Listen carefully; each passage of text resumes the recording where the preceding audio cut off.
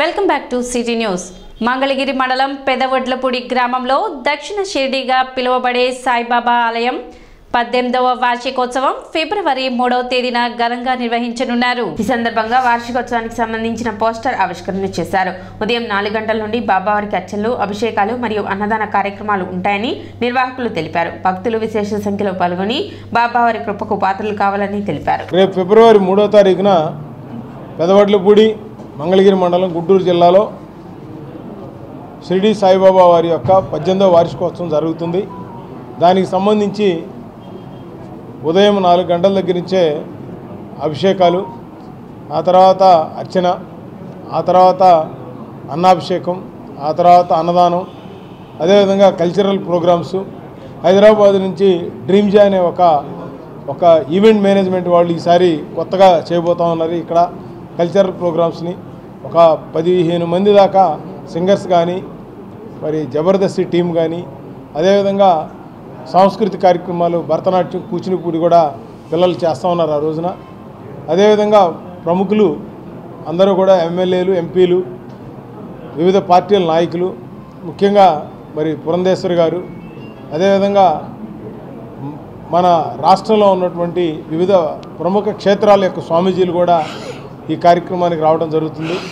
అందువల్ల అందరూ కూడా ఈ యొక్క దక్షిణ షిరిడి అయినటువంటి షిరిడి సాయిబాబా మందిరాన్ని విచ్చేసి ఆ దేవుని యొక్క ఆశీస్సులు పొందగలరని, తీర్థ ప్రసాదాలను తీసుకోవాలని, అదేవిధంగా దేశం మొత్తం మీద కూడా మొన్న మన అయోధ్యలో రాముల వారి విగ్రహాన్ని ఈ 24 మొత్తం కూడా అంతా రామమయంగా మనం చూస్తూ ఉన్నాం. ప్రపంచవ్యాప్తంగా అన్ని దేశాల్లో కూడా రాముడి గురించి భజనలు చేసి అందరూ ఇన్వాల్వ్ అయినటువంటి కార్యక్రమాలు మనం చూసాం. మరి మోడీ గారు దాన్ని అన్ని దేశాల్లో కూడా ఆ విధంగా చేశారంటే ఎంత ప్లానింగ్ ప్రకారం చేయడం అనేది మనం అదృష్టంగా భావించాలి. మరి ఈ సంవత్సరం కూడా రాముడి యొక్క ఆశీస్సులు కూడా ప్రతి ఒక్కరికి కూడా ఉండాలని, ఉంటాయని కూడా నేను భావిస్తూ, మరి అన్ని మతాలకి ఎక్కడ ఇబ్బంది లేకుండా సర్వమత సమానత్వాన్ని మరి ఆ అయోధ్యలో మనం చూసాము. ఎక్కడ ఎటువంటి ఇబ్బందులు కలగకుండా, అదేవిధంగా రేపు 3వ తారీఖు సాయిబాబా ఈ యొక్క వార్షికోత్సవాన్ని కూడా సక్సెస్ చేయాలని కోరుకుంటూ అందరూ కూడా ఆ కార్యక్రమాన్ని మరి జయప్రదం చేశాను, దోహదం చేయాలని కోరుకుంటూ సెలవు తీసుకుంటాం. జాతిపిత మహాత్మా గాంధీజీ వర్ధంతి కార్యక్రమాన్ని పట్టణంలో ఘనంగా నిర్వహించారు. తెనాలి పట్టణం వాసవి సంఘం, వాసవి యువజన సంఘం, వాసవి యూత్ ఆధ్వర్యంలో గాంధీజీ వర్ధంతి సందర్భంగా పట్టణ గాంధీ చౌక్ లోని మహాత్మా గాంధీజీ విగ్రహానికి పూలమాలలు వేసి నివాళులు అర్పించారు. అదేవిధంగా ఆదోనిలో అమరుదీవి పొట్టి శ్రీరాములు విగ్రహాన్ని అవమానపరిచిన నిందితులను గుర్తించి అరెస్ట్ చేయాలని కోరారు. కార్యక్రమంలో తెనాలి పట్టణ ఆర్యవైశ్య సంఘం అధ్యక్షులు తూనుగుంట్ల శ్రీనివాస్, సెక్రటరీ చుండూరు వెంకటరాజ్ కుమార్, కోశాధికారి చెన్న కేశవరావు, కోఆర్డినేటర్ కొపరావూరి హరికిషోర్, యువజన సంఘం నాయకులు రామకృష్ణ, వాసవి యూత్ బద్రి తదితరులు పాల్గొన్నారు.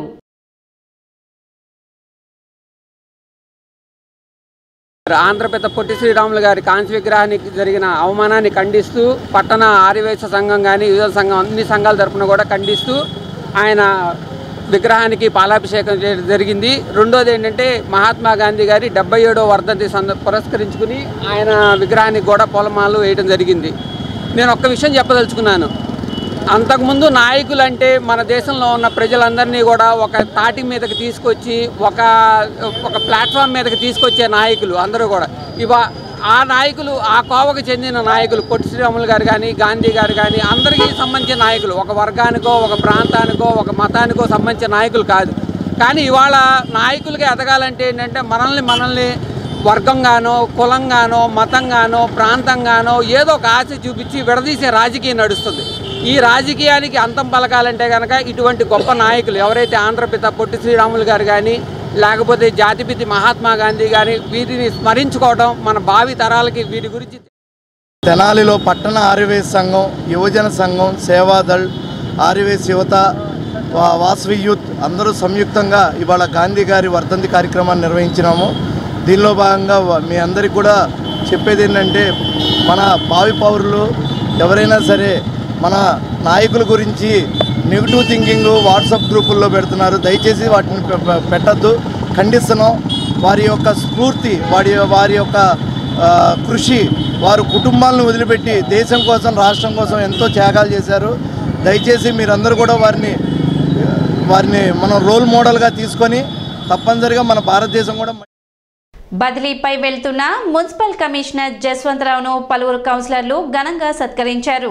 కమిషనర్ జస్వంతరావును ఆయన ఛాంబర్లో శాల్వా పూలమాలలతో సత్కరించారు. ఈ సందర్భంగా ఆయన మాట్లాడుతూ అందరి సహకారంతో 4.5 సంవత్సరాలు కమిషనర్గా దిగ్విజయంగా పనిచేసినట్లు చెప్పారు. ప్రభుత్వ నిర్ణయాలను తూచా పాటిస్తూ కౌన్సిల్ ఆమోదం తీసుకోవడం జరిగిందన్నారు. ముఖ్యంగా అధికార పార్టీ ప్రతిపక్ష పార్టీ సభ్యుల సహకారం మరువలేనిదని చెప్పారు. అదేవిధంగా తెనాలి పట్టణ ప్రజలు తనపై చూపించిన అభిమానానికి కృతజ్ఞతలు తెలిపారు.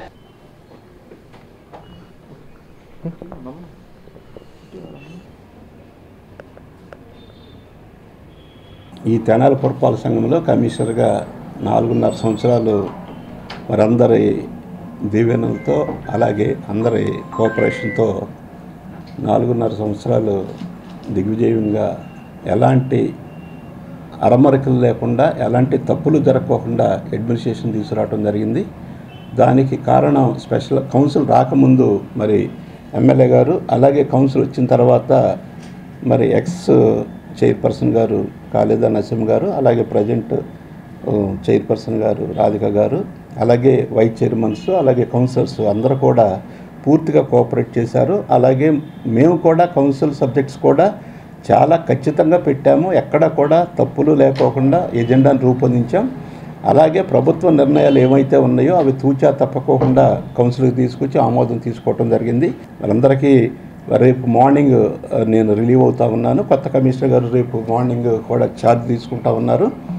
మరి తెనాలి పట్టణ ప్రజలందరికీ నాకు శక్తికి మించి మా స్టాఫ్తో అందరితో కూడా కోఆర్డినేట్ చేసుకుంటూ మరి ఎక్కడ కూడా చిన్న చిన్న తగాదాలు కూడా లేకోకుండా ఈ 4.5 yearsలో నేను సర్వీస్ వార్డు పర్యటనలో భాగంగా మంగళవారం పట్టణ 21, 22, 24 వార్డులో చైర్పర్సన్ తాడిపోయిన రాధిక పర్యటించారు. శానిటేషన్ పనులను పరిశీలించారు. కాలువల్లో పెరిగిపోయిన వ్యర్థాలను సిబ్బందిచే తొలగింపు చేశారు. పట్టణంలో శానిటేషన్ సమస్యల పరిష్కారానికి కృషి చేస్తున్నట్లు మున్సిపల్ చైర్పర్సన్ తాడిపోయిన రాధిక తెలిపారు. పట్టణంలో మెరుగైన శానిటేషన్ కొరకు కృషి చేస్తున్నట్లు చెప్పారు. ప్రజలు కాలువలో వ్యర్థాలను వేయరాదని ఆమె సూచించారు. అదేవిధంగా ఖాళీ స్థల యజమానులు వారి స్థలంలో పెరిగిన పిచ్చి మొక్కలను తొలగించి శుభ్రపరచుకోవాలని తెలిపారు. కార్యక్రమంలో వైసీపీ నాయకులు పురపాలక సంఘ అధికారులు పాల్గొన్నారు.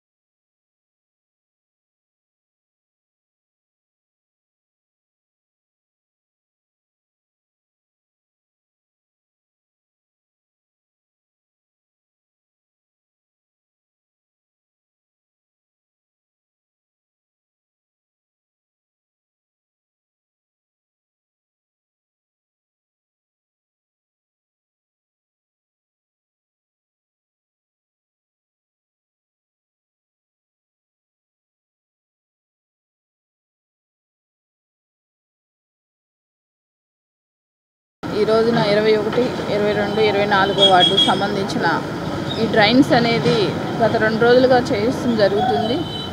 ఈ స్కిల్ట్ అనేది బాగా పేరుకుపోతాన ఈ వాటర్ అనేది నడవకి లేకుండా ఆగిపోవడం జరిగింది. ఆ సిల్ట్లో ఈ దోమలు ఉత్పత్తి బాగా ప్రజలకు కూడా ఇబ్బంది ఉందని షాపులు అందుట్లో ఈ షాపులు గల వాళ్ళు కూడా బండలు వేయటం జరుగుతుంది. అందువల్ల ఆ స్కిల్ట్ పెరిగిపోతుంది. ఈ రోజున స్కిల్ట్ తీపిస్తుంది జరుగుతుంది. మన ఎమ్మెల్యే గారి ఆదేశాల మేరకు మన ఎమ్మెల్యే గడప గడప ప్రోగ్రాం వచ్చినప్పుడు ఇలా చెప్పడం జరిగింది. దాని మీద భాగంగానే ఈరోజు నా స్కిల్ట్ తీపిస్తున్నాం. అలానే రాబోయే రోజుల్లో కూడా ఇంకా శానిటేషన్ మీద మేము దృష్టి పెడతామని, తెనాలి పట్టణాన్ని డెవలప్ చేస్తామని, అలానే ఏదన్నా ఈ వార్డులో ఏదైనా సమస్య ఉంటే దాన్ని వెంటనే పరిష్కరిస్తామని, అలానే ప్రజలకు కూడా చెప్పేది ఏంటంటే ఈ కవర్లు కానీ బాటిల్స్ కానీ ఇలాంటివి వేయకుండా మన చుట్టుపక్కల ప్రదేశాలని పరిశుభ్రంగా ఉంటే మనకి ఆరోగ్యంగా. దీనిలో బాగా కాలువ కొత్తగా డ్రైన్ బాగానే ఉంది కానీ లోపల షిల్ట్ మొత్తం పేరుకొని ఉంది. దీని మీద ఎంకరేజ్మెంట్ ఎక్కువగా ఉంది. కాకపోతే టీ స్టాళ్ళు కానీ అయ్యని పెట్టుకున్నారు. వాళ్ళని రిక్వెస్ట్ చేసి వాళ్ళకి ఇబ్బంది లేకుండా బండకు తొలగించి ఆ షిల్ట్ మొత్తం తీయడం జరిగింది. నిన్న మొన్న వచ్చినప్పుడు ఆయన ఎమ్మెల్యే గారు వచ్చినప్పుడు కూడా ఈ విషయం ఆయన దృష్టికి తెచ్చారంట. తెచ్చి దాన్ని వెంటనే చేయించండి అని చెప్పి ఎమ్మెల్యే గారు కూడా చెప్పడం జరిగింది. కాబట్టి ఈరోజు మా మిషనరీ, మా సిబ్బంది, హెల్త్ ఆఫీసర్ గారు, ఏఈ గారు, మా టౌన్ ప్లానింగ్ అందరూ సిబ్బంది కలిసి మెయిన్ రోడ్ని క్లియర్ చేస్తే చూడు అన్ని వార్డులో వాటర్ ఈ డ్రైన్ దాన్ని ఫ్లో అవ్వాలి కాబట్టి ఇది శుభ్రం చేయించి దీనిలో ఉన్న షెల్టర్ని తీపిచ్చి నీరు పారుదల బాగా పోయేట్టుగా చేయటం. ఇప్పుడు ఒక చిన్న విరామం.